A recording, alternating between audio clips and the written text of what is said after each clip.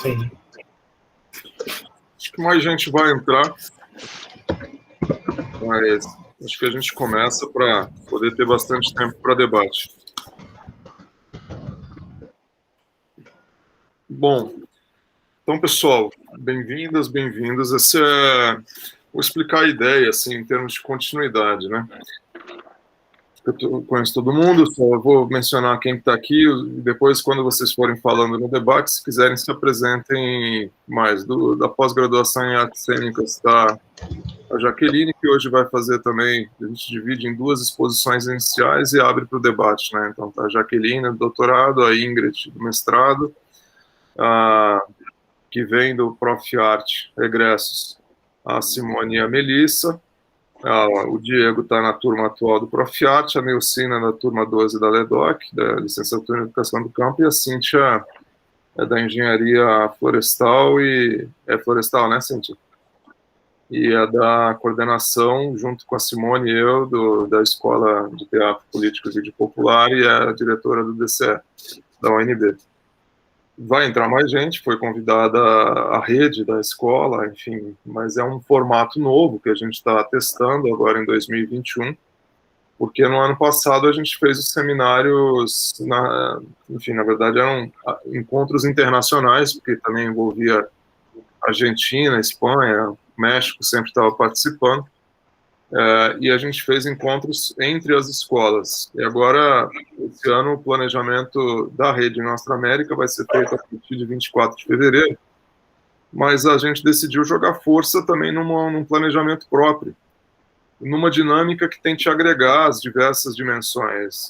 O estudo de quem está pesquisando na pós-graduação, quem quer pesquisar na graduação, começar a definir temas, quem quer só participar de grupo de estudo e estudar, sem ter foco em TCC, dissertação e doutorado, mas como uma prática cotidiana de quem está trabalhando em grupo de pesquisa, que é o caso do Terra em Cena, e trazendo isso para a Escola de Teatro Político e Vídeo Popular, então, da qual participam muitas professoras e professores da rede pública do DF, professores da UNB, acabou de entrar a professora Eliane Novaes, também é da coordenação da escola e é da diretoria da ADUNG.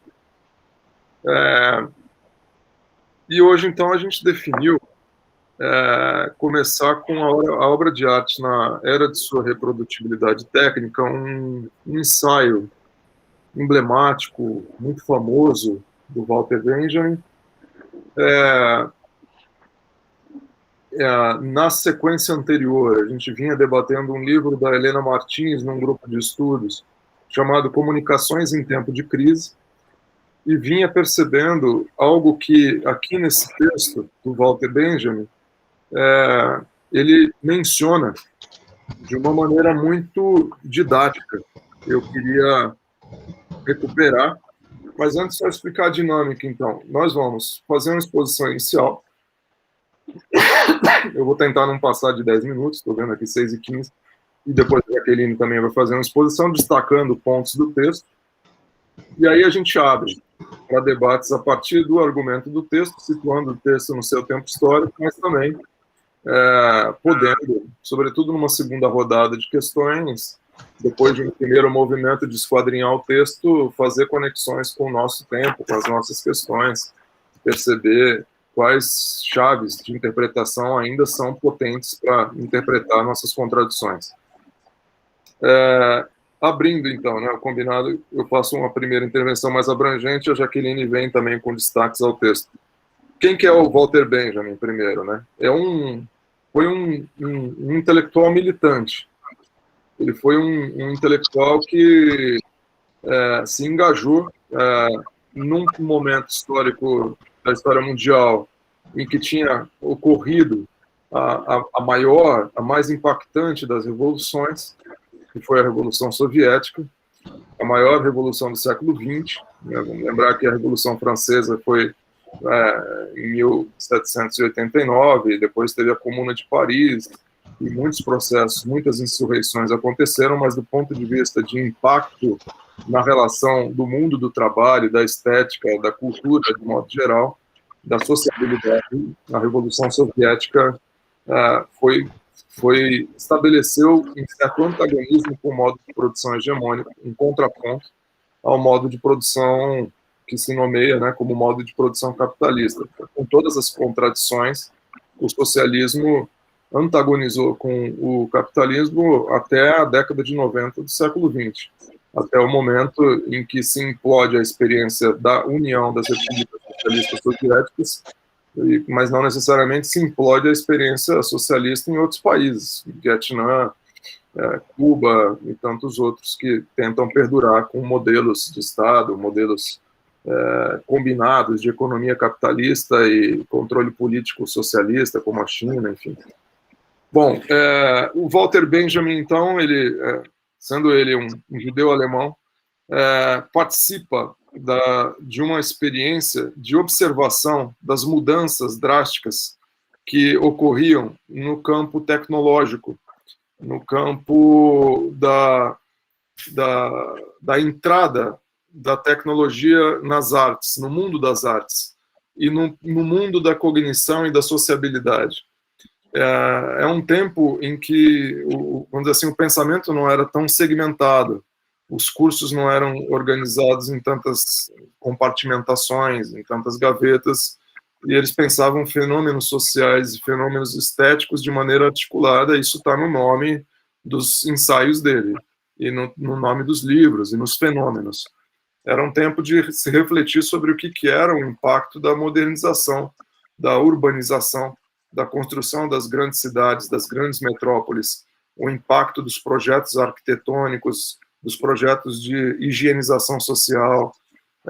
Então, ele escreve, por exemplo, um livro muito importante refletindo sobre os poemas do Baudelaire, chamado Rua de Mão Única, que é incrível, sobre a mudança, o impacto sobre o indivíduo moderno, da sociabilidade nas grandes cidades, desde o fato de que em cidades pequenas as pessoas se cumprimentavam nas ruas e tinham, por hábito de sociabilidade, se olhar, se perceber, se falar, e numa grande cidade um impacto de indivíduos se tornando sujeitos anônimos, solitários, isolados, o quanto isso vai mudando em termos de percepção da relação do ser humano com a política, do ser humano com as estruturas sociais. Então, ele foi sempre muito atento a essas questões.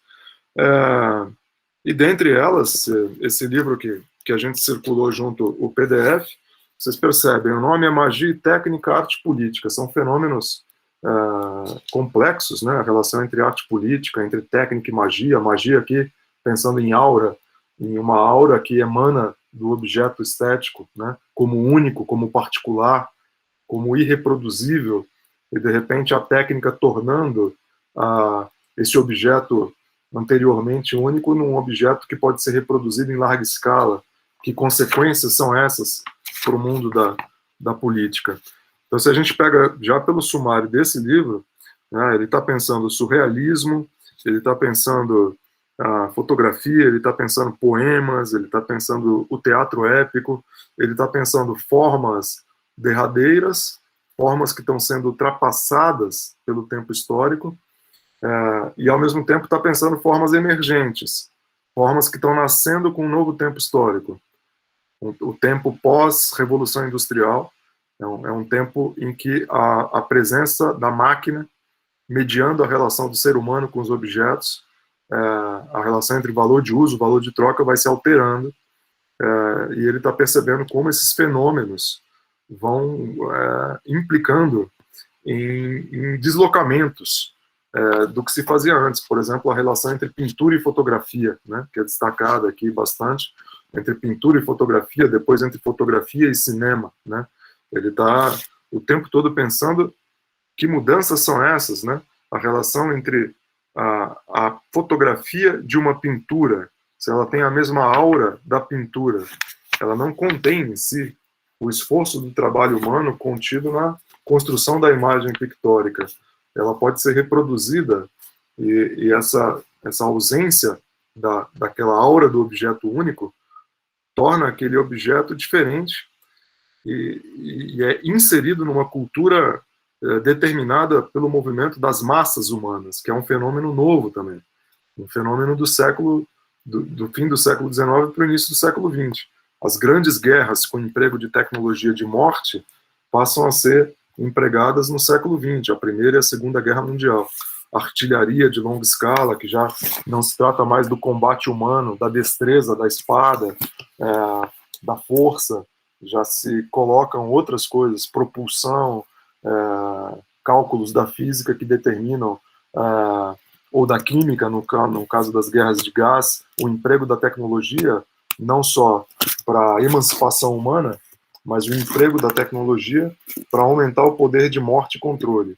Então, o Benjamin está percebendo rumos que podem ser muito distintos, rumos que podem levar a perspectivas revolucionárias, como no caso soviético, e outras tentativas revolucionárias no próprio país dele, que foi derrotada, e depois ele percebe a emergência do fascismo, né? E rumos totalitários, e ele está percebendo a potência e os riscos, por exemplo, da linguagem cinematográfica. Acho que isso permeia esse texto. Bom, eu sempre li esse texto, vamos dizer, desde a graduação, mais preocupado, talvez orientado pelos professores que eu tive no campo das artes, a debater a questão da aura e da reprodutibilidade. E me passava desapercebido, ou eu não lia com tanta atenção, a questão do fascismo, que, olhando por esse ângulo, o debate sobre o fascismo emerge a todo momento no texto. Ele é uma espécie de parâmetro, de fator que move as indagações do Walter Benjamin, o risco do fascismo, de uma sociedade totalitária, e o risco dessa capacidade de reprodução industrial da obra de arte, do objeto estético, ser apropriado, essa tecnologia social humana produzida, ser apropriado por modelos monopolísticos, concentradores. No caso, por exemplo, do cinema, ele fala isso mais de uma vez no texto, o risco do cinema ser tragado pelas determinações do capitalismo enquanto linguagem, sendo que ele poderia se tornar, ou ter se tornado outra coisa. Então, para nós, brasileiros, que nascemos na segunda metade do século XX, ou já no século XXI, e muito imersos numa concepção de cultura como indústria cultural, de mercantilização da cultura, pensar que o cinema poderia ter se tornado outra coisa, pensar que a fotografia poderia ter indicado outros caminhos para a política, esse movimento que ele faz entre arte e política é muito potente, muito criativo, muito instigante, né? Então, por exemplo, eu fiquei pensando, e se fosse um curso, eu faria muitos percursos de leitura sobre esse texto. Fiquei pensando que a forma como ele escreve, esses são textos curtos, são assim como as teses sobre o conceito de história, que lá são quase parágrafos que ele escreve.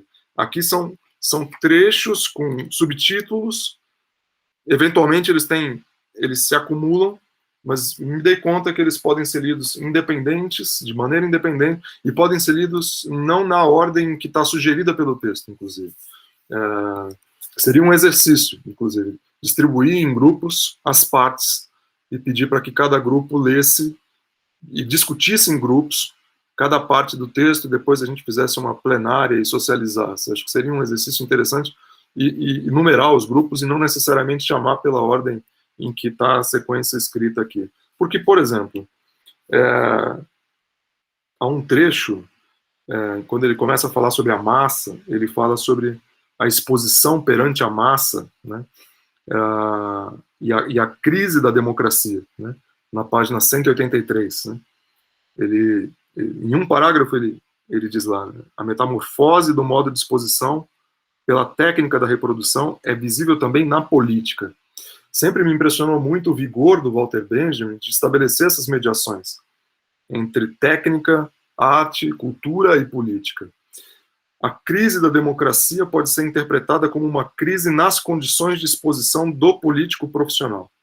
Eu acho esse trecho incrível, depois não quero entrar agora no nosso tempo presente, mas me impressiona muito pensar que as condições da política atual e a presença de novas formas de integração social, entre aspas, diálogo e sociabilidades via redes sociais, também foram determinantes para a emergência de um outro tipo de político, fazendo outra forma de política, e vitoriosa num sistema eleitoral que permitiu que alguém que não debatesse, que alguém que não participasse dos processos fosse eleito por outro método mesmo, outro método de campanha que só pôde ocorrer em função de uma determinada tecnologia.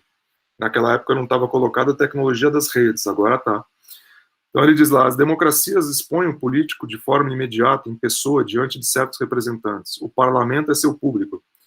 Mas como as novas técnicas permitem ao orador ser ouvido e visto por um número ilimitado de pessoas, a exposição do político diante dos aparelhos passa ao primeiro plano. Vocês já devem ter presenciado, se não vale a pena quando acabar a pandemia, ir à Câmara dos Deputados ou ao Senado, num dia de sessão corriqueira, tradicional, em que não há nada de grande impacto sendo votado, e é muito impressionante como é lá a dinâmica. Os políticos registram a presença e saem da sala. E ficam 1, 2, 3 ali conversando. E só o político orador é que vai à tribuna, no momento em que ele está escalado ali, que eles chamam, e fala, olhando para a tribuna, mas não tem ninguém na tribuna. E o enquadramento daquela câmera que pega o político falando, no fundo, para quem ele está falando. Ele está falando para espectadores, para uma certa audiência. Né? Ele está, entre parênteses, jogando para a plateia. E isso é alvo de polêmica nos debates sobre comunicação. Acontece também nos tribunais. A presença crescente de juízes dizendo nós temos que julgar sendo sensíveis ao clamor da população. Mas a população não está na plateia fazendo uma votação, ou não teve uma votação para expressar o clamor. O clamor é uma expressão midiática, produzida, e como se fosse invisível, como se tivesse, inclusive, uma espécie de aura na produção desse suposto clamor a quem atendem os políticos, né? Então a gente vive tempos no século XXI, na segunda década do século XXI, que, guardadas todas as proporções, tem alguns pontos de convergência com a experiência da segunda década do século XX, que foi a década pós a Segunda Guerra Mundial, de emergência, aliás, pós Primeira Guerra Mundial, de 1914 a 18, de emergência, mediante uma Alemanha humilhada, uma Itália também alvejada pelo desemprego, pela crise, emergência do que o Benjamin está aqui discutindo, que é o fascismo. Né? Não vou seguir lendo aqui, mas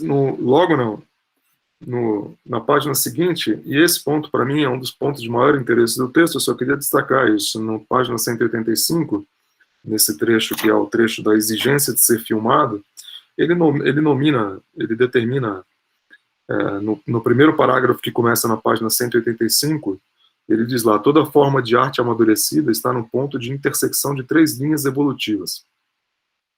Ele fala de 2, e me interessa a terceira. A terceira, ele diz assim, transformações sociais, muitas vezes imperceptíveis, acarretam mudanças na estrutura da recepção, que serão mais tarde utilizadas pelas novas formas de arte. Essas transformações imperceptíveis na estrutura da recepção,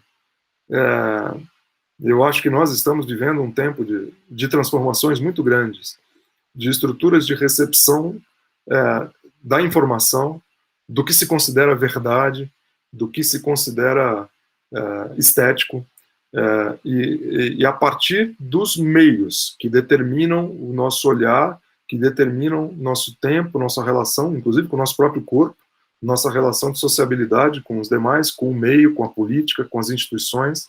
E esse momento, ele pode ser um momento de saltos, né, de assimilação de conhecimento, de formulação, de engrandecimento estético, e por outro lado ele pode ser um momento de retrocesso a um nível de selvageria, a um nível de impulso animal muito grande, que é, ao que me parece, um dos riscos do retrocesso fascista. O fascismo é uma energia destrutiva, é uma energia que destrói estruturas construídas socialmente, estruturas democráticas construídas socialmente ao longo de décadas, e é uma linguagem de respostas fáceis. Então, o fascismo ele tem aqui tem umas imagens que o Walter Benjamin utiliza muito boa. O fascismo tem uma forma, o fascismo tem essa construção de uma massa, qual é a expressão? Ele vai falar da estética da guerra, citando os futuristas, né? Na página 194, a reprodução em massa corresponde de perto à reprodução das massas, né? Então, ele diz no início desse parágrafo da estética da guerra: a crescente proletarização dos homens contemporâneos e a crescente massificação são dois lados do mesmo processo. O fascismo tenta organizar as massas proletárias recém-surgidas sem alterar as relações de produção e propriedade que tais massas tendem a abolir. Ele vê sua salvação no fato de permitir às massas a expressão de sua natureza, mas certamente não a dos seus direitos. Eu acho isso incrível, pensando aí posteriormente, né, décadas depois, em estruturas como o Teatro do Oprimido, em que ocorreu uma tentativa de abrir canais com as massas, mas isso desde os soviets, no Exército Vermelho, para que as massas pudessem tomar consciência da necessidade do direito e formular novos códigos. O fascismo faz o oposto. O fascismo gera uma identidade a partir do ressentimento. É o ressentimento daquele que foi dos derrotados e constrói uma união que escamoteia as relações de poder que são subjacentes a uma estrutura fascista, que concentra o poder, por exemplo, do capital monopolista, o capitalismo financeiro, né? Então, não, ia até só complementar, assim, que o pior, eles chamam isso de direitos, né? O ressentimento é o direito à liberdade, é o direito... Muito bom. Ele capta o termo que foi utilizado para essa comunicação direta dos soviéticos e deturpa completamente para o ressentimento, chamando de direito. Exatamente. Eu já te passo, Jaqueline, é isso, acho que essa é uma chave boa, quer dizer, é o direito, inclusive, à destruição do outro, no caso alemão e no caso italiano, é do outro, porque o fascismo precisa construir um inimigo para mover, para canalizar essa energia destrutiva que gera uma identidade de grupo. Então ele precisa destruir um inimigo construído ideologicamente. Esse inimigo pode ser o comunismo, esse inimigo pode ser os judeus, esse inimigo pode ser os negros, esse inimigo pode ser as mulheres que lutam contra o patriarcado, quer dizer, não é as mulheres todas, as que estão assentadas no seu lugar determinado pelo patriarcado não são inimigas, mas as mulheres que se rebelam ao patriarcado são inimigas. As mulheres e homens que se rebelam às identidades de gênero pré-estabelecidas também são inimigos. Então, o fascismo é uma energia violenta de manutenção de uma ordem conservadora. E o que me impressiona por fim, já passando a Jaqueline para fazer essa segunda exposição, é a capacidade do Walter Benjamin de pensar a ascensão do fascismo, mas também a partir das contradições. Ele a todo tempo mostra o quanto as tecnologias, elas não são inevitavelmente forças tragadas pelo fascismo. Elas eram forças em disputa e que foram sendo progressivamente incorporadas por uma estrutura de poder hierárquica, concentradora, cuja divisão do trabalho é alienada, e mostrando aí o que ele faz, as consequências desse processo. Então, quando eu li pela a ideia da aura ou não aura, quer dizer, o quanto era pobre essa leitura, sabe? O quanto era uma leitura estetizada e descolada das mediações entre estética, cultura, política, que hoje, inclusive, a emergência do fascismo nos permite fazer. Talvez seja mais fácil ler o texto pelos melhores caminhos hoje do que era na década de 90 ou início de 2000. Diga, Jaqueline. Boa noite, pessoal. Eu fiquei muito chocada, assim, lendo esse texto, porque toda hora eu ia lá no ano de que ele escreveu, eu falei, não é possível, isso aqui é mais recente. Aí eu começava a ler de novo, não é possível, esse cara aqui conheceu a internet. Várias vezes eu não acreditava, assim, que eu relacionei muitas coisas, assim, presentes, né? E eu nem consegui digerir ainda todas as relações, assim, mas eu achei muito incrível. Eu vi que ele publicou só em 55, então ficou, não sei se ele ficou 20 anos escrevendo ou se só a publicação atrasou, mas faria até sentido ter demorado 20 anos para escrever, porque, né, parece que ele acompanhou um tempo, assim, amadureceu os pensamentos, e ele relacionou muitas coisas, né, em torno dessa aura do fascismo, assim, então ele relacionou psicanálise, relacionou várias coisas que estavam ali acontecendo em torno do cinema, e eu acho que o Rafael já destacou esses argumentos principais, assim. Fiquei pensando, por exemplo, o fenômeno da fake news, por exemplo, antes de Instagram e Twitter. Como é que eram as notícias falsas antes? Porque assim, eu acho que Instagram e Twitter favorecem muito as fake news. Não sei se vocês viram aquela última do Bolsonaro falando que a pesquisa Débora Diniz estava atacando o Bolsonaro, defendendo os pedófilos. Então, assim, um conceito bem clássico de fake news, teve muita visibilidade, e nenhuma citação ao artigo que ela escreveu, absolutamente nada. E eu fiquei pensando como que eram as notícias falsas antes desses meios, né, de comunicação, e como que realmente esses aparelhos e esses meios de comunicação definem o nosso entendimento, não só sobre a arte, mas sobre várias outras questões, né? Assim, como que essa estética de apresentação da informação influencia a nossa percepção da realidade, inclusive. Então, assim, acho que esse era o primeiro argumento, né, de como que essa reprodutibilidade técnica, ela redefiniu muito da nossa recepção e do que a gente entende como realidade. Achei interessante aí ele vai apresentando várias dicotomias, né? Então, assim, essa aura da arte que tem essa existência única, essa autenticidade, e que como que isso se opõe à reprodutibilidade técnica, que é uma coisa que você se apropria, se aproxima daquele objeto. Aí outra dicotomia que ele faz, que é o do culto e da exposição.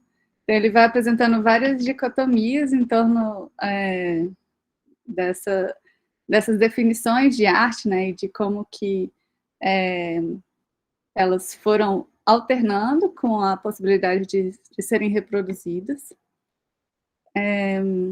E aí o texto dele também achei um pouco confuso, assim, de ser picotado, né, de ser várias ideias soltas, então eu vou falar mais ou menos nessa ordem, assim. Outro ponto que eu destaquei, né, que a forma de percepção das coletividades humanas se transforma ao mesmo tempo que o seu modo de existência. Ou seja, como que a técnica altera isso, né? Como que a forma de fazer altera em si a própria arte. Então, ele falando assim sobre a fotografia, uma coisa que ele fala mais para frente, né, que as pessoas discutiam se fotografia era arte ou não. E ele falando, não, essa não é a pergunta. A pergunta é se a fotografia alterou a forma das pessoas pensarem a arte ou não. É o contrário, assim. Então, achei interessante essa mudança de perspectiva. Aí ele, né, nessa definição ainda de arte, de aura e tal, ele fala que a arte se fundou no ritual e com a reprodutibilidade ela passa a se fundar em outra praxis, a política. Então, e ele associa isso, e aí eu fiquei com um pouco... Toda vez que ele falou política, eu fiquei com algumas dúvidas, assim. Então, por exemplo, ele falou isso, e aí ele fala: a difusão em massa é obrigatória em razão do custo da produção, no caso do cinema, né? Então, a crise econômica foi o que levou a estabilizar as relações de propriedade e vigência pela violência, ou seja, o surgimento do fascismo, e também motivou o cinema falado, trazendo as pessoas a assistirem mais o cinema, justamente pelo custo de produção. Então, fiquei, assim, querendo saber um pouco mais sobre o que ele estava entendendo como essa praxis política. Então, essa é uma primeira dúvida, assim. Deixa eu ver.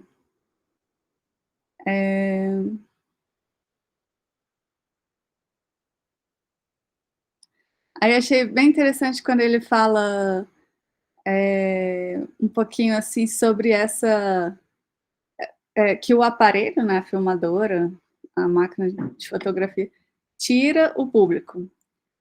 E essa imagem do ator, ela é especular, é um espelho ali, e ela se torna destacável e transportável. E aí ele conclui essa parte dizendo assim que, em outras palavras, quanto melhor o ator, menor a representação.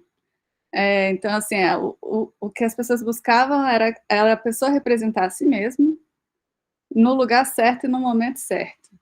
Então, o grande mérito era do diretor que achava essa pessoa que representava a si mesmo. E aí, logo depois, ele associa esse ator com os políticos, né? Os parlamentos, e aí ele fala que os parlamentos se atrofiam junto com o teatro. Deixa eu ver. Só um minutinho, gente.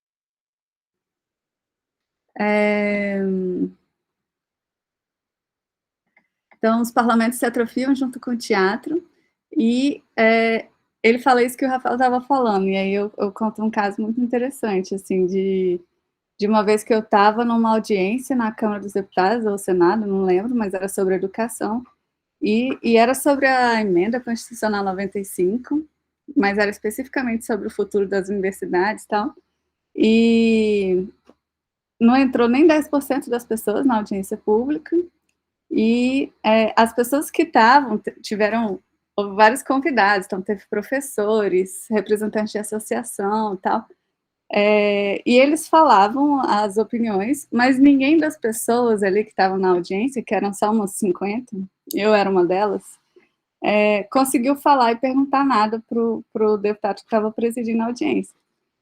Mas, assim, tinha perguntas relevantíssimas que as pessoas estavam insistindo em fazer, e ele estava chamando a força, assim, para segurar as pessoas para não conseguirem falar. Só que, como estava sendo filmado, as pessoas começaram a bombardear a participação virtual, e ele era obrigado a ler a participação virtual. E aí as pessoas começaram a colocar comentário, assim, responda a pergunta que eu estou fazendo aqui da primeira fila. Eu sou aqui a moça da primeira fila, responda a minha pergunta que é tal. E ele foi obrigado a responder, porque ele leu isso, né? E foi muito engraçado, porque a pessoa estava ali perguntando e ele não queria responder. Mas por ele estar sendo filmado e por ter esse protocolo na câmera, ele teve que responder. Então, assim, achei isso um exemplo muito claro disso aqui. E aí ele começa a falar um pouco da imprensa, também achei esse ponto bem interessante, e aí me lembrou até o Jacques Rancière falando sobre como que a imprensa terminou com essa diferença, terminou assim, diminuiu essa diferença entre os autores e os leitores, né? Então, com a possibilidade da imprensa, mais leitores puderam escrever, e aí ele até fala que as pessoas puderam escrever por causa da sua experiência técnica e tal, e não por causa da sua capacidade intelectual em relação a esse assunto. E aí o Rancière fala a mesma coisa, assim, em relação aos atores e públicos, né? Então, também achei bem interessante, assim, de como que essa reprodutibilidade funde esses dois lados que antes eram bem claros. E aí ele fala um pouco do fascismo, outro ponto que eu achei interessante, assim, de de como que o cinema e o fascismo explora secretamente no interesse de uma minoria de proprietários a inquebrantável aspiração por novas condições sociais. E eu lembrei muito do Big Brother, né, de como que esse fenômeno acontece cada vez, não só no programa agora, mas, né, a nossa vida é um Big Brother. Então, lembrei disso. Deixa eu ver outro ponto de destaque.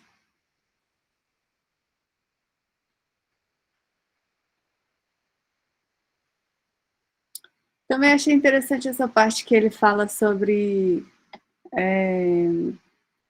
de como que poucas pessoas acessavam as pinturas, então os pintores queriam que as obras deles fossem vistas por poucas pessoas, né? Mas, eventualmente, por meio de um escândalo, muitas pessoas viam aquilo e tinha essa manifestação aberta do julgamento. E aí, um pouco mais para frente, ele fala do dadaísmo e como que as pessoas fizeram isso propositalmente, né, criticando justamente essa quebra da aura da arte, assim. Então, por meio do escândalo, achei bem legal. Também achei legal quando ele falou que o cinema rompeu com aquela máxima de Heráclito, que o mundo dos homens acordados é comum e o dos homens que dormem é privado. Falando um pouco sobre essa aproximação entre a psicanálise, né, que traz o inconsciente pulsional, e o cinema, que traz esse inconsciente ótico. Então, a gente acaba tendo acesso a sonhos, por exemplo, a outro tipo de imagem, né? Sonhos, delírios, psicose, alucinação e tal. Mas ele fala que, ao mesmo tempo, esse nosso acesso a esse tipo de imagem imunizou a gente contra essas psicoses de massa. E aí eu fico, né, a gente vendo todos esses absurdos acontecendo, e a gente acha que é filme, mas é realidade. Então eu fiquei pensando assim, de como que realmente imunizou a gente, né? Por exemplo, vendo também aquele seriado, esqueci o nome agora, da tela preta quebrada, Black Mirror, de como que várias coisas de 5 anos atrás estão acontecendo, né? O cara pensou isso há 5 anos atrás e elas de fato estão acontecendo, assim. Então, e a gente vê e não faz nada. Então, assim, realmente tem esse efeito de imunizar a gente contra essas psicoses de massa. Deixa eu ver. Aí ele entra nessa parte da estética da guerra, que o Rafael já falou um pouquinho, né, sobre a reprodução em massa, que corresponde à reprodução das massas. Achei interessante ele falar que o fascismo permite que as massas se exprimam, conservando as relações de poder. Então, todo esse acesso que a gente tem, e ainda mais agora com a internet, né, que a gente encaminha, vê no Twitter todas aquelas multiplicações, como que a gente tem a falsa sensação de liberdade de expressão e de mobilização de direitos. E o que tudo isso tem a ver com as guerras, né, que o Rafael já falou. E aí ele fala que a autoalienação atingiu o ponto que a sociedade permite viver sua própria destruição como um prazer estético de primeira ordem, que faz muito sentido, assim, do que a gente está vendo acontecer imobilizado. E aí ele fala no final que eu fiquei assim, eu não acredito que acabou o texto. Agora que chegou, que foi: o comunismo responde com a politização da arte. E aí esse foi o outro momento que ele falou de política que eu fiquei, o que seria isso? Seria alguma coisa sobre retomar essa unicidade da estética Eu fiquei bem assim, queria que o texto continuasse ali. Mas, assim, desculpa ser um pouco caótico, assim, mas acho que ele fala sobre muitos assuntos que eu não consegui organizar. Só destaquei alguns e fiquei com essas dúvidas. Muito bom, obrigado, Jaqueline. Bons destaques que você fez. Dava um texto esse teu depoimento sobre a comissão lá, isso valia a pena, viu? Assim como o povo todo assistindo pelos telões colocados na esplanada do dia do impeachment, de 17 de abril de 2016, né? Em que as pessoas às vezes levantavam por motivo de necessidade. Teve um momento que tinha gente passando mal e todo mundo pedia para a pessoa que tinha levantado na frente abaixar, para todo mundo poder ver o grande espetáculo da votação, o grande espetáculo que se transformou a política, do mesmo jeito como em casa, quando alguém levanta e entra na frente do outro que está vendo telejornal ou telenovela, as pessoas ficam irritadas e dão bronca. Eu me surpreendi profundamente com essa transformação de um espaço político produzido urbanisticamente e arquitetonicamente para incorporar grandes massas, né, de pessoas e de veículos, no caso normal, em um ambiente doméstico determinado por uma relação que se estabeleceu ao longo de décadas com um aparelho televisor, a nossa relação, que é muito diferente da relação, em tese, que o socialismo pretendia estabelecer com a política, a relação da cultura e a política de uma maneira muito mais orgânica, muito mais próxima. Primeiro, porque todos teriam direito a se tornar produtores, coisa que a tecnologia nos permitiu. E que ele fala aqui, né, autores se tornando leitores, se tornando produtores, se tornando escritores. Tem um outro texto desse livro que é fenomenal, que é o autor como produtor, em que ele aprofunda esse argumento, né, ao analisar experiências como a do Bertolt Brecht e a do Tretiakov, um artista russo. Bom, pessoal, vamos abrir para dar continuidade. As nossas dúvidas ou questões que nos indagam o texto podem ser também aprofundadas por colegas que se debruçaram mais sobre esse assunto, pensaram, têm outras leituras a respeito, ou não. As intervenções, elas podem ser de manifestação de estranhamento, de manifestação de associação, de citação de um trecho específico que a gente possa aprofundar, tá? Entraram aqui depois outras pessoas, a Janine, que é do mestrado em desenvolvimento territorial da América Latina e Caribe, que está pesquisando redes sociais e a relação disso com a política, do setor de comunicação da NST, a Keila, que foi da LEDOC turma 3 e que está fazendo mestrado, mora lá em Sinop, no Mato Grosso, e o Eduardo, que é professor da rede pública e também da rede particular, e que está fazendo mestrado na pós-graduação em artes cênicas. Bem-vindo, vocês três, estamos em 12, então a palavra está aberta.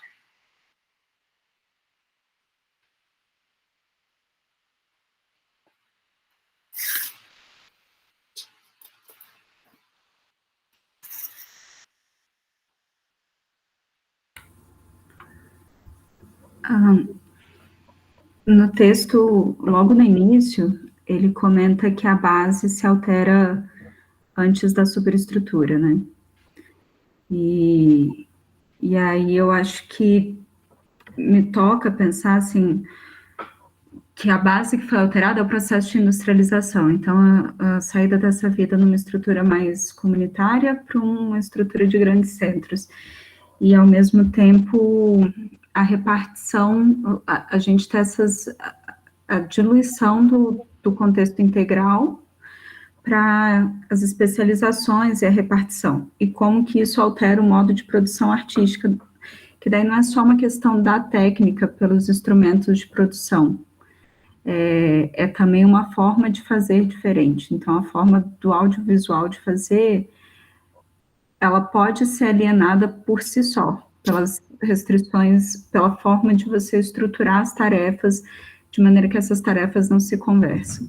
Então, além do processo de massificação que pode alienar, eu acho que ela tem uma relação com o trabalho alienado também, que é próprio da base. Então, acho que as experiências outras, elas partem de outra base. Então, a experiência socialista, ela se dá de uma outra maneira, porque ela tem uma outra base de estrutura. E aí, nesse sentido, eu acho que tem essa articulação entre política, técnica, arte e cultura. porque não, modos de fazer e o resultado desse modo de fazer, ele está diretamente relacionado com qual base social e econômica que a gente está colocado. Eu acho que é por isso que é tão difícil romper com o que a gente tem, assim, romper com essa anestesia do processo. E aí, no contexto fascista, fiquei curiosa de saber como que vocês entendem, assim, o que está sendo chamado de pós-política. Se a gente está no estado de pós-política mesmo, no sentido de que é difícil ter argumentação, e aí a questão política é rompida, ou se é política ainda assim, ou uma outra maneira de fazer política. Outra coisa que me chama a atenção é como que ele trabalha a questão da realidade, assim, que ele, no trecho lá da autenticidade, ele fala de como que o cinema, o vídeo, a fotografia, ele é um recorte da realidade. E aí, nessa coisa das fake news, passa por aí, assim, como que era feito antes da gente ter o Twitter, o Instagram e tal. Então, a gente criou verdades sociais, aceitas e tal, muito por recortes de imagens de como que aquilo é colocado. E não é o todo, é aquele recorte, é aquilo ali no momento que é cristalizado numa foto, na mídia, enfim, aquilo ali se torna a verdade, né? Tem esse caráter da verdade. E aí me lembra um pouco o trabalho de Piscator nisso também, assim, na coisa do documentário e tal. Acho que é isso que me chamou a atenção para além do que vocês colocaram também.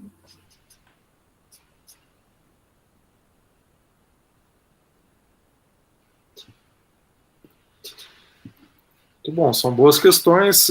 Como é uma dinâmica de grupo de estudo, pessoal, vão pedindo a palavra e entrando e dialogando com as questões que foram colocadas, com as dúvidas, ou trazendo outras leituras sobre o texto.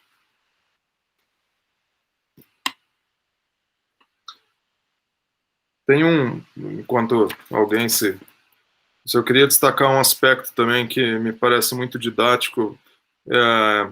Primeiro, dialogando com isso, Simone, sobre a montagem, a autenticidade, verdade. Eu acho interessante quando ele está falando do cinema, a diferença para o teatro e o impacto que essas novas tecnologias causaram sobre uma forma de fazer teatro, que estavam muito determinadas pela hegemonia da forma dramática. A forma dramática determinava toda uma atmosfera do tempo presente, uma forma de interpretar, uma forma de supostamente imitar a realidade. Enquanto o cinema já estava, segundo ele, quer dizer, abrindo a possibilidade não para uma interpretação do personagem, mas para uma colocação do ator em cena, que inclusive o Adilei ia participar hoje, não deve ter conseguido entrar. Ele disse que gosta muito desse texto, eu imagino por quê. Porque a forma como o Adilei faz cinema tem muito a ver com a descrição sobre a maneira como o Walter Benjamin descreve o cinema. Mais do que pedir para as pessoas interpretarem, o que o Adilei faz é posicionar as pessoas em cena. Eu, como ator de teatro, quando fui trabalhar com a Adilei, estranhava muito isso, porque eu imaginava que tinha que dar vida interna ao personagem, quer dizer, improvisar, criar um fluxo interno de consciência para poder... E ele não demandava isso, ele pensava mais no enquadramento do que nessa vitalidade interior, nessa representação dramática do personagem. Isso é uma diferença muito grande, porque, na verdade, a relação do enquadramento com os atores em cena é algo que, reparem como os atores globais, por exemplo, querem o tempo todo preencher com trejeitos. O lugar onde isso mais aparece são nas telenovelas em Malhação. Querem preencher com suspiros, trejeitos, afetações. É como se o plano fosse o tempo todo... como se os atores e as atrizes achassem que representar é ocupar o plano, é encher o plano de gestos e de choros e de gritos, é uma hiperafetação. Quando, na verdade, os cineastas preenchem o tempo com muito mais silêncio e permitem que os espectadores pensem a partir desse silêncio da relação que que o enquadramento permite com o personagem, com o ser humano, é uma outra condição. E me chama a atenção um trecho logo no início, quando ele fala que os gregos produziram obras eternas devido ao estágio de sua técnica. Isso é muito curioso. Eles só conheciam 2 processos técnicos para a reprodução de obra de arte, o molde e a cunhagem. Então, pelo estágio das técnicas, eles produziram valores eternos. Quer dizer, não havia possibilidade de reprodutibilidade. E esse valor eterno supostamente formou uma cultura que determina a maneira como nós olhamos as obras gregas, as esculturas, enfim, uma aura desse tempo histórico anterior. Isso é muito curioso, quer dizer, a gente não consegue apreciar uma obra produzida para redes sociais com o mesmo tempo e paciência que a gente observa uma escultura ou uma pintura, né? Então, me chama a atenção quando o Walter Benjamin, em vários momentos ele diz isso, mas, por exemplo, na página 169 ele diz que no interior das grandes períodos históricos a forma de percepção das coletividades humanas se transforma ao mesmo tempo que seu modo de existência. Acho isso muito curioso. Para nós que trabalhamos com cultura, a cultura, o tempo da cultura é o tempo histórico longo, não é o tempo do fenômeno imediato, não é a narrativa factual do jornalismo, da notícia, por exemplo. E perceber isso para nós é fundamental nos nossos objetos. Mas quem mais?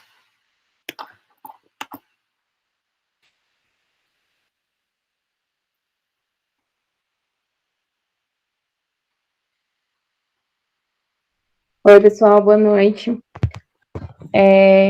Então, eu achei que são várias informações, né, e eu achei muito, até complexo também conseguir fazer vários links, né, porque tem várias questões que, como a Jaque falou, foram escritas em outra época, mas que cabem perfeitamente ao momento que a gente está vivendo agora, né. E eu acho muito interessante quando ele começa a falar dessa questão da reprodução técnica mesmo, né. E aí tem um filme que ele o nome se chama Grandes Olhos, é hollywoodiano mesmo também, mas ele vai mostrar um pouco como se deu, conta a história de uma artista, né, uma pintora, e ela começa fazendo as exposições mesmo, mas ao longo do tempo, com esse processo de capitalização e tudo mais, eles percebem que ao invés de pintar os quadros, eles reproduzirem gravuras dos quadros, né, e começarem a vender como se fossem cartões postais, os próprios quadros, iria dar muito dinheiro. Então, eu acho que é um bom exemplo de como, dessa reprodutibilidade técnica, de um momento em que você tem uma exposição de arte, mas, ao mesmo tempo, essa exposição alcança menos pessoas, mas com qualidade, às vezes, superior, e de um momento que você muda isso para algo mais comercial. Então, eu acho que é um filme interessante que consegue ter essa pegada de Hollywood também, mas, ao mesmo tempo, consegue trazer bem essa ideia do texto mesmo, da reprodução, e de como isso é o que a gente vê hoje em dia, né? Essa questão da massa, de como a mídia ela está muito, muito inserida no cotidiano das pessoas, nem sempre pensando o valor, né, daquela obra de arte, mas muito pensando no alcance mesmo, né? Então, seria mais uma indicação aí para quem quiser dar uma olhada e perceber os links que é possível fazer nesse sentido. Lembrei das lojinhas, né, em todos os museus. Você falando isso. E lembrei também quando o Rafael falou, a gente não tem a mesma paciência de ver uma peça na internet do que ver uma peça presencial. E aí, nesse ano, assim, de 2020, a gente na companhia que eu atuo, dança, a gente discutiu muito isso sobre como era importante a apresentação ao vivo, de não... porque o ao vivo é um pouquinho ainda dessa aura que com a internet, né, a gente perde completamente. Então, todos os espetáculos foram ao vivo, e muita gente pedia, né, as pessoas de festival pedem que seja um vídeo já pronto, que tenha uma edição melhor e tal, mas a gente fez muita questão desse ao vivo e eu acho que foi por causa dessa aura, assim, esse pouquinho de unicidade naquele momento, assim, que a gente conseguiu preservar na internet.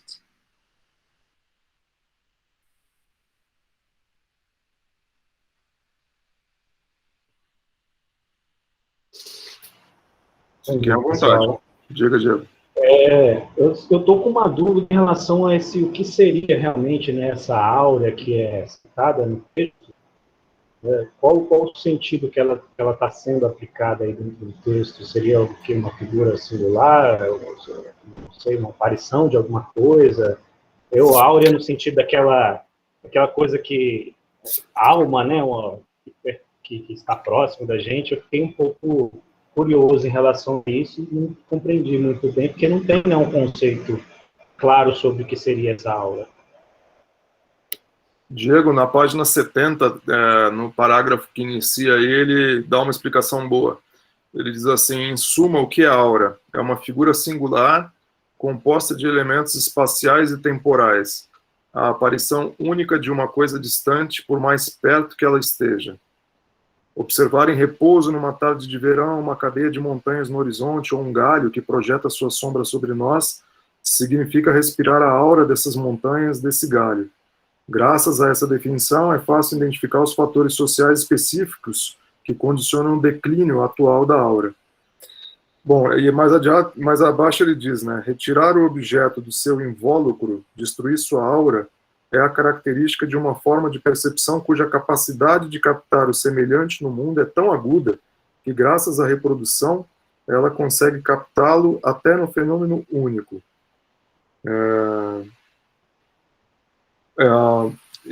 Abaixo ainda, só vou repetir a parte de baixo, ler aqui, que tem uma parte que me instiga. Assim se manifesta na esfera sensorial a tendência que na esfera teórica explica a importância crescente da estatística. Orientar a realidade em função das massas e as massas em função da realidade é um processo de imenso alcance, tanto para o pensamento como para a intuição. Eu acho essa uma das partes mais intrigantes do texto, mas, em tese, a aura tem a ver com valor de culto, Diego. Tem a ver com uma forma de fruição da experiência que diz respeito tanto a obras de arte quanto à apreciação da natureza. Sobre isso, obrigado, professor. Eu acho que ele comenta também da relação de rito, né? Da obra de arte estar relacionada com os rituais que compõem um determinado ethos. Então, quando ele comenta da pintura rupestre, ela não foi feita para uma exposição, né? Mas ela tem essa característica e nem foi feita para ser vista necessariamente, mas ela demarca ali um ritual. E aí, quando entra nessa esfera da reprodutibilidade, e que rompe com a característica da áurea, ele coloca de como que a arte ela vai para si mesma, e tem o conceito da arte pela arte, mas o limite disso, e o limite dessa relação da arte pela arte, é a própria, talvez fosse a fotografia e tal. E aí, quando ela se desvencilha disso, que altera a sua praxis. E aí ela ganha a dimensão da política nesse sentido, né? A arte, ela, então, tem um valor dentro de uma relação política. E lembrei também da passagem, Diego, que ele fala, assim, sobre que o conhecedor da arte, ele tem uma espécie de recolhimento, ele mergulha dentro da obra. E o não conhecedor, a massa, ela se distrai com a obra de arte. Ela faz a obra mergulhar em si. É bem a relação de consumo, assim, com a obra de arte. Então, que essa aura é como se fosse uma coisa distante, igual, e aí falando de devoção e tal, como algo religioso, assim, algo que está muito distante de você. E é engraçado que ele traz, né, essa reflexão sobre o valor de culto, o valor de exposição, e que o rompimento disso, né, o processo evolutivo para se romper um pouco sobre esse valor de culto, mas até hoje a gente vê, né, enraizado aí em alguns livros, ou em alguns filmes, algumas produções audiovisuais, né, principalmente relacionadas à ficção e terror, muito o valor do culto, né, enraizado.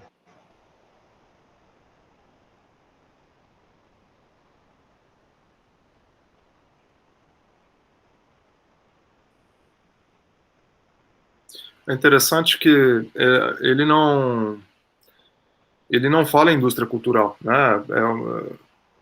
Ele é contemporâneo do Adorno e do Horkheimer, também do Brecht, enfim. Mas o Adorno e o Horkheimer vão formular o conceito de indústria cultural quando eles vão exilados para os Estados Unidos. E lá eles conhecem a dinâmica de Hollywood, da produção de bens culturais vinculadas ao American Way of Life, o modo americano de vida, e ali eles produzem um conceito que rompe ou que supera dialeticamente o conceito de cultura de massa. Então, esse texto, como bem observou a Jaqueline, a gente não sabe os detalhes ali, mas ele foi escrito ainda no período da emergência do fascismo, supostamente antes da Segunda Guerra Mundial, mas ele já está lidando com o problema. Ele está falando do Mickey Mouse, ele está falando do entretenimento, de uma outra relação com a obra, que no fundo é uma outra relação com a ideia de fruição estética, de experimentação estética, né? A estética no sentido original e na forma como nós a entendemos é a organização dos sentidos humanos. A estética não é um detalhe, não é um estilo, não é uma corrente, a estética é a organização dos sentidos, e os sentidos são construídos historicamente. Quando a reprodutibilidade técnica se impõe e a relação do ser humano com a arte passa a ser mediada por uma relação de fetiche com a mercadoria, muda a maneira como o ser humano experimenta a sua relação com seus próprios sentidos, que anteriormente era estimulada de outra forma. Então, claro, eu também não quero com isso idealizar, esse é um debate super difícil, porque, por um lado, há uma acusação daí de uma certa romantização. Então, antigamente, as pessoas eram super cultas, quem lia um romance, quem escutava música clássica, e depois tudo se deteriorou. Teve um risco, né? O Adorno, por exemplo, quando ele diz que o jazz é uma experiência degradada, ele toma o jazz como exemplo da regressão da audição, uma teoria dele, ele que era pianista, inclusive, ali ele está entrando no limiar de um preconceito muito perigoso, né? De uma contraposição da música clássica ao jazz, com uma leitura muito pejorativa de uma música de origem negra, e não vendo nela um arranjo formal que ele achava que era, vamos dizer assim, o melhor arranjo. Isso na arte, esse pré-estabelecimento de valores, ele está presente em muitas polêmicas. Por exemplo, o Lukács vai dizer, também nesse período, que a forma do romance burguês do século XIX, por exemplo, Madame Bovary, atinge um padrão de universalidade que era, vamos dizer assim, a meta e era o horizonte estético ideal. E tem muito preconceito do Lukács às formas de montagem, as formas que as novas tecnologias proporcionam, o cinema, a fotografia e o teatro épico. Eles vão resistir muito, vão rebater, vão combater muito o valor estético, por exemplo, das obras da dramaturgia do Brecht, sobre o argumento de uma ideia de unicidade da obra, de uma relação harmônica entre forma e conteúdo. E reparem nesse livro que o Benjamin fala muito pouco de forma e conteúdo, porque ele diz claramente, tanto nesse ensaio quanto no autor como produtor, que para ele mais interessa a relação da técnica com a política, e não a relação num debate formal entre forma e conteúdo.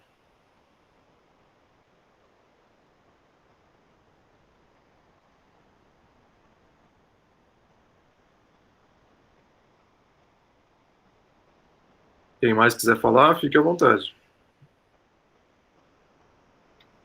Então, deixa só colocar... só colocar algumas questões aqui. Eu até peço desculpa de não ter lido esse texto novamente. Eu li ele já tem alguns anos e não tive tempo de ler novamente, mas vocês falando já me lembrou de tudo. E eu tentei fazer uma associação com o momento atual, né, em vários sentidos, de tudo que vocês foram falando foi me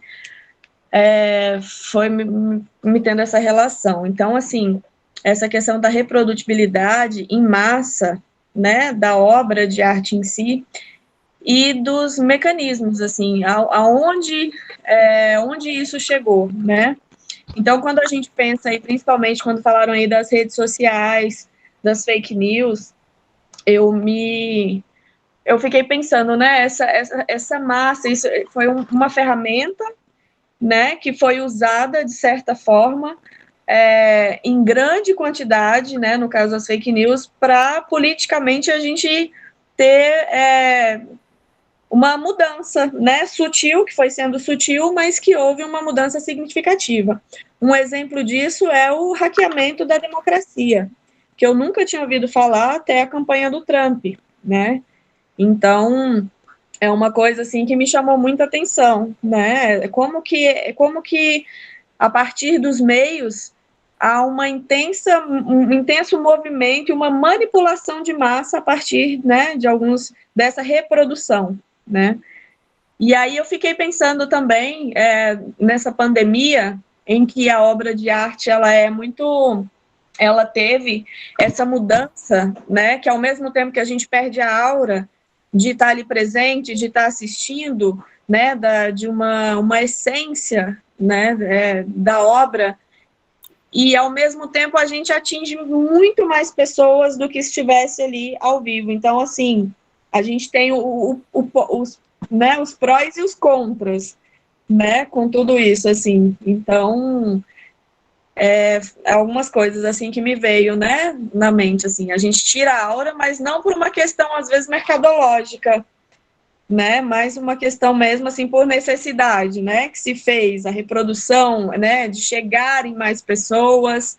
Então, acho que teve essa mudança, assim, né, de paradigma um pouco, e como caminhar daqui para frente, né, com tudo isso, assim, né, como não perder essa aura usando esses novos mecanismos e como regulamentar tudo isso, porque aí eu fiquei pensando também no esquema, por exemplo, o Twitter, quando o Twitter bloqueou o Trump, né, de falar nesse último aí, né, nesse último momento aí.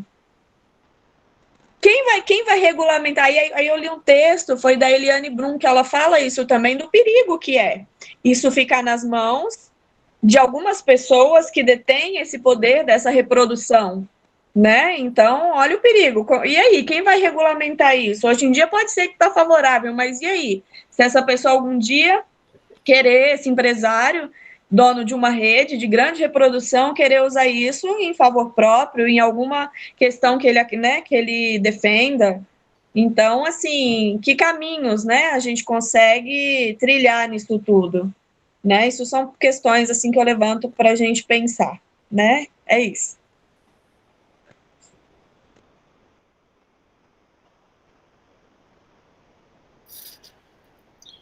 Muito Oi, bom. gente. Diga, Janine. Pode falar, eu falo em seguida. Não. Vai lá, você. Ah, bom. Então, boa noite. Desculpa pelo atraso, eu não consegui. Tinha uma outra reunião antes e não consegui entrar antes. Aí eu tô tentando aqui descer para esse momento. Tentando trazer algumas impressões, assim. Eu acho que esse texto, ele é importante porque ele traz essa dimensão histórica do processo de produção, né, da informação e da arte, assim, como que ele acompanha as transformações do capitalismo. E aí, compreendendo que a arte, independente de quem é o artista, o gênio que a constrói, ou quem se desafia a fazer arte, né, mas ela é sempre um processo, um fruto de um processo histórico que é coletivo, né? O artista que vive neste mundo, que é o mundo capitalista, que tem uma série de sociabilidades e que se cria e cria sua arte a partir disso, né? E aí, partindo dessa perspectiva, a arte ela pode tanto apontar o fascismo, ser uma ferramenta né, numa produção de construção hegemônica no sentido fascista ou para o comunismo, mas ela não dá para a gente pensar que é uma ferramenta no sentido maniqueísta também, como um martelo que você pega e e utiliza ali. Mas é justamente fruto de um processo também de desenvolvimento dos meios de produção que se relaciona com a política o tempo inteiro, né? A arte é entrelaçada. E aí, tanto a informação quanto a arte, a gente pode ir lá desde os mãos de copista, das maneiras de circular a informação, teatros de rua, né? A própria arte grega, até esse momento, que é um momento também que é de intensa transformação nas bases do sistema capitalista, né, que Benjamin traz também, essa questão da base da sociedade. Né? Então, vejo que o cinema entra aí nessa perspectiva como também trazendo as transformações que o capitalismo vem passando, né, e vai expressar isso na sua forma de fazer, no conteúdo e no que vai depois se configurar enquanto um cinema. Então, quem que mais investe no cinema? Quais são os países, né, onde avança a técnica e a circulação e se propaga a arte cinematográfica, né? E dentro de si o cinema ele traz características do período de desenvolvimento da manufatura do capitalismo, no sentido da divisão do trabalho, né? Você já tem ali aquela organização do roteirista, dos atores, do diretor, de quem vai cuidar da fotografia, quem vai cuidar do figurino, e isso vai se complexificando cada vez mais, né? E essa tecnologia industrial, então, acompanha esse processo histórico de transformação, né? E a transformação dessa, né? Ela modifica a sociedade como um todo, né? Sendo apropriada pela direita.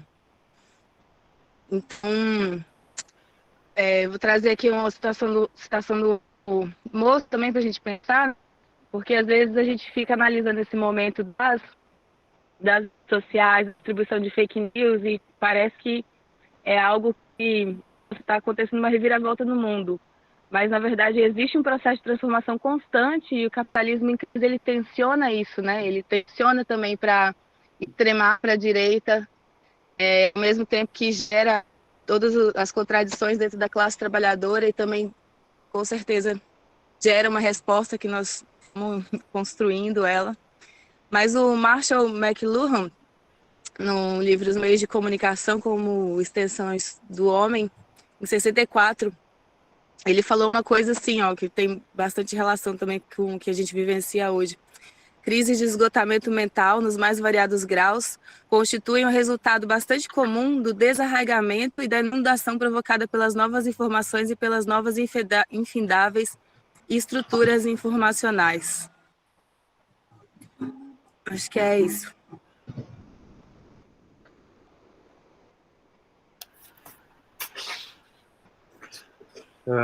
Quem já leu, quem participou, no semestre passado a gente fez um debate sobre textos do Raymond Williams também. Eu falei do livro da Helena Martins, mas o comentário da Janine recupera, quer dizer, é pensar não só a arte, mas como os meios de comunicação, como meios de produção. Né?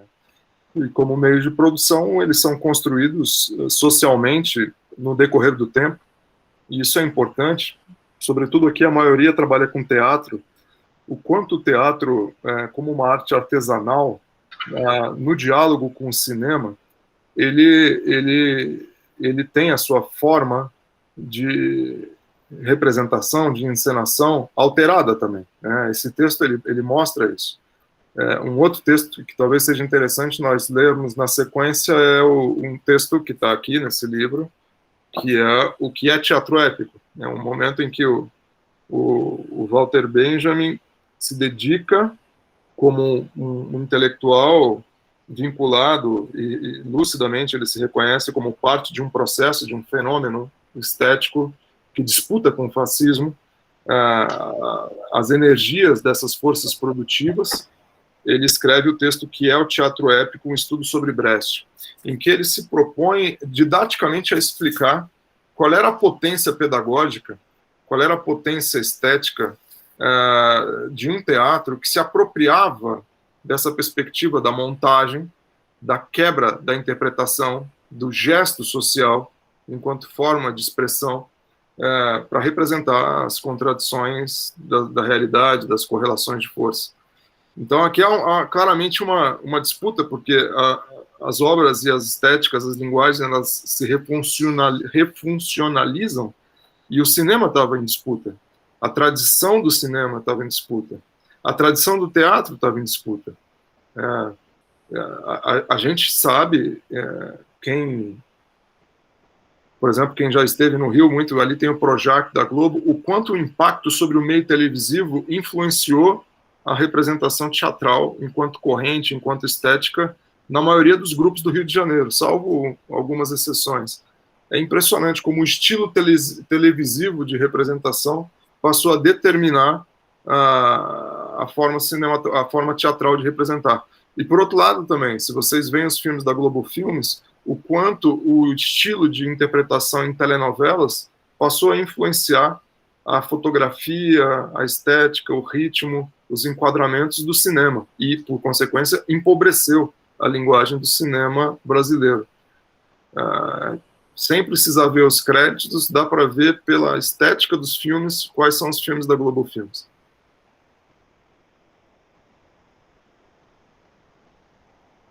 Alguém mais, pessoal? Querem outros comentários? Obrigado aí, Janine, por ter colocado esse argumento do McLuhan. De fato, é impressionante. Assim como a observação inicial da Jaqueline, que a gente tem partes do texto que parecem que são contemporâneas, essa reflexão do McLuhan parece que é atual e é de décadas atrás.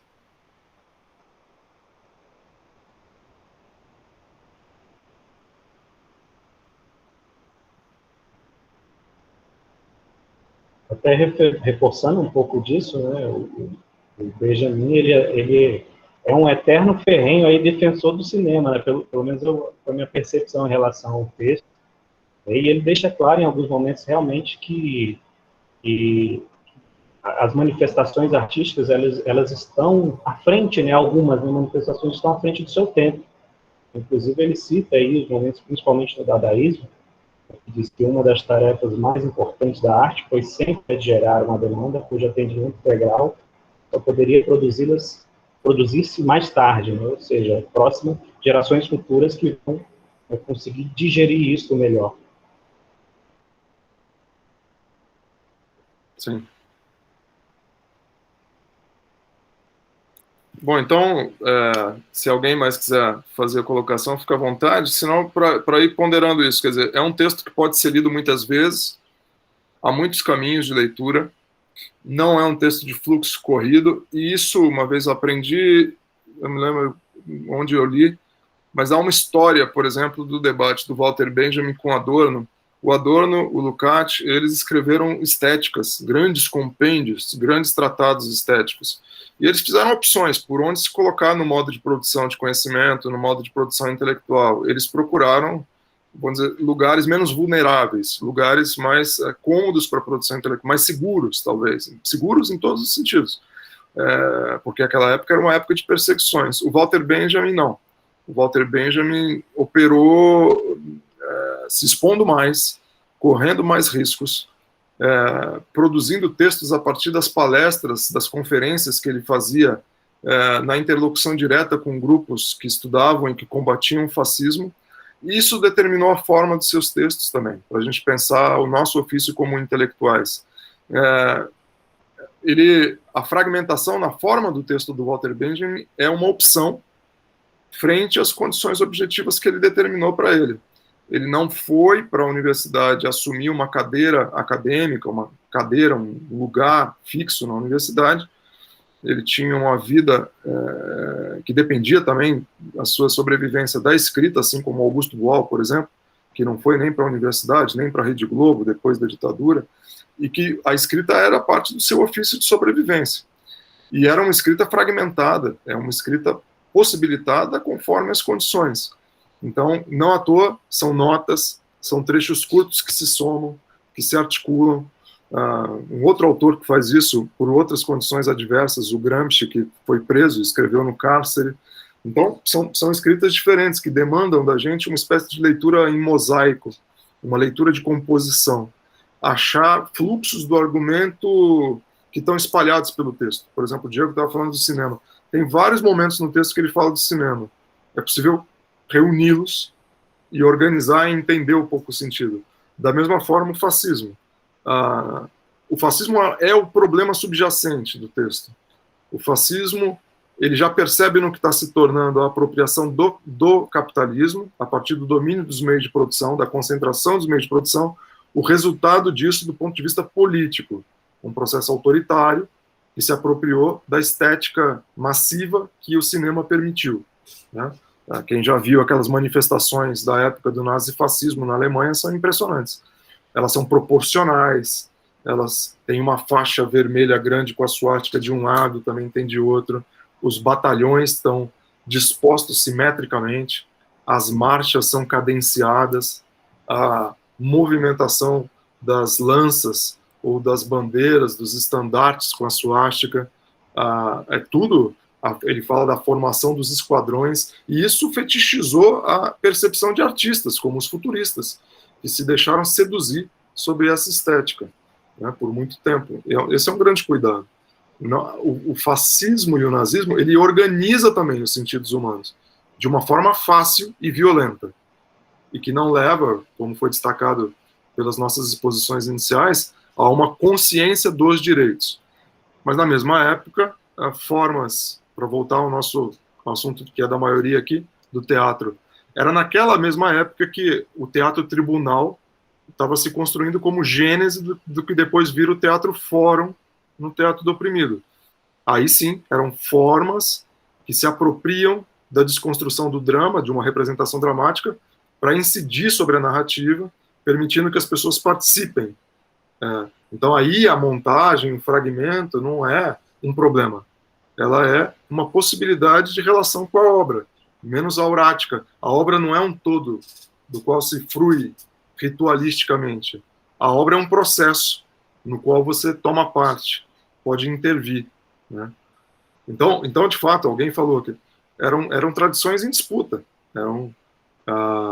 Infelizmente, a maneira como nós conhecemos o cinema, o Oscar, os festivais, a aura, muito. Vocês aqui que moram em Brasília, não são todos aqui no grupo, quem já foi ao Festival de Brasília é muito curioso, porque ele quer manter uma aura um pouco mais despojada do que é um grande festival de cinema de Gramado, o Oscar, mas ainda assim ele tem aura, sempre tem um ator global apresentando os filmes, então sempre tem uma relação assim de uma distinção, de um certo pedestal da produção estética, quando na verdade o trabalho cinematográfico é braçal, é proletário e é coletivo. Ele não é essa ideia do talento, do espetáculo, da celebridade, é uma mistificação que se faz sobre o trabalho cinematográfico. O trabalho cinematográfico é hipercoletivo, basta ver como é um set de filmagem. Você tem todo mundo ali, todos os setores de trabalho são determinantes para o resultado do processo.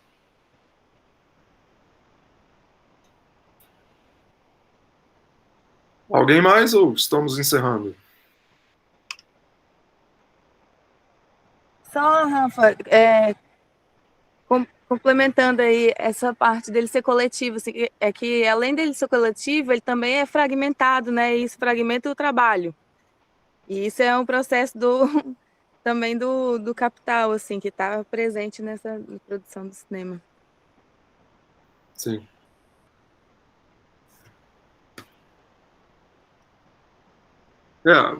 Vamos dizer assim, é a divisão social do trabalho que pode ser alienada ou pode ser organizada, né? Agora, por exemplo, a gente está terminando um filme chamado Mutirão em Novo Sol, Retomada. E quase todas as escalas do filme foram discutidas coletivamente. E isso permite a formação de um olhar do processo produtivo para quem entrou no filme só para atuar, por exemplo. Ou para fazer a direção de arte, no caso da Simone. Quer dizer, então quem participa do processo todo, quando sai dele, sai compreendendo muito mais das etapas de produção do que no momento inicial. Mas não é um empreendimento rápido, não é um empreendimento em escala mercantil. Quando você tem que fazer um processo de modo que o trabalho do processo seja o foco e não o resultado, a relação do tempo investido no processo é diferente, é mais lento, então é menos lucrativo também, porque se gasta mais tempo. Então, quando você transpõe isso para uma lógica financeira, é inviável, é contraproducente, porque você gasta muito tempo mantendo uma equipe trabalhando. Quando, na verdade, se você divide, setoriza e isola as fases, você consegue um resultado em menos tempo e com menos custo, e de maneira mais alienada também. Então, talvez essa seja um exemplo do que eu tinha perguntado, assim, que ele fala no final da politização da arte, né? Porque eu fiquei pensando, se falando dos tempos, eu nessa pesquisa de artivismo, vi que o tempo do ativismo é muito mais rápido, né? Porque normalmente é uma reação, do que o tempo da produção artística. E aí eu estava achando que era por aí, assim, com a politização da arte, mas eu acho que não. Acho que você disse bem. Para mim também foi essa chave que virou, assim, que essa mudança de praxis, de não olhar mais para esse produto hermético, cheio de áurea, mas entender que ele é um processo, né? Ele é um contínuo, acho que é isso, assim. E também... O produto do processo, desculpa. Uhum. Não, tranquilo. E que até o próprio ativismo, né, até as próprias reações políticas podem não podem ser alienadas, né? Podem ser mercado, podem ser produto, pode ser ter essa reprodutibilidade que não é esse caráter político que Uhum.